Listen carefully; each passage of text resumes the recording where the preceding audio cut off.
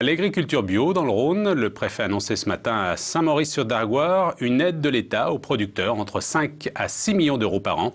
Benoît d'Autriche est allé sur place pour savoir ce qu'elle est représentée à la ferme des Clarines, ce nouveau plan baptisé Agriculture biologique Horizon 2012. C'est ce qu'on appelle un précurseur. Marc Olagnier est agriculteur bio depuis 1970. Dès l'apparition des désherbants, la famille de cet éleveur de Saint-Maurice-sur-Dargoire a choisi d'utiliser le sol, et rien que le sol. 40 ans plus tard, il mène donc son troupeau de 36 vaches laitières de la même façon, écologique. Un élevage de vaches bio, il faut déjà qu'elles mangent des produits bio, sans engrais chimiques, donc ni traitement chimique.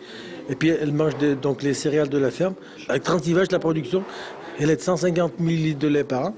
Voilà pour la production, le reste c'est ici que ça se passe, dans la fromagerie de la ferme, parce que forcément pour vivre avec 36 vaches, il faut s'organiser et même faire un peu plus que le métier d'agriculteur. Produire du lait, le transformer et le vendre, c'est 3 métiers différents, donc il faut aussi aimer faire ça, aimer le contact avec la clientèle. Par rapport à un agriculteur qui vend son lait à la laiterie directement dans le temps qu'elle est, c'est vrai que ça fait 2 métiers supplémentaires derrière, quoi. C'est beaucoup de travail. Du coup, ça paraissait logique que le préfet décide de présenter son plan de développement et son aide financière à l'agriculture biologique dans cette ferme. Il y a donc passé une bonne partie de la matinée, le temps de poser pour la photo et de rappeler que le bio, c'est bien sûr l'avenir de l'agriculture. C'est produire moins, mais produire mieux et être plus respectueux de la nature. Ils produisent 3000 litres de lait par vache. C'est un lait bio, c'est un lait qui est protéiné et qui se vend très bien.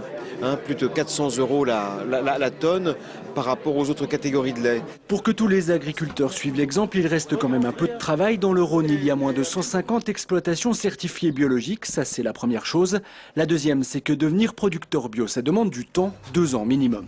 Il faut laisser reposer la terre et la transformation est longue parce que l'agriculture bio demande des normes.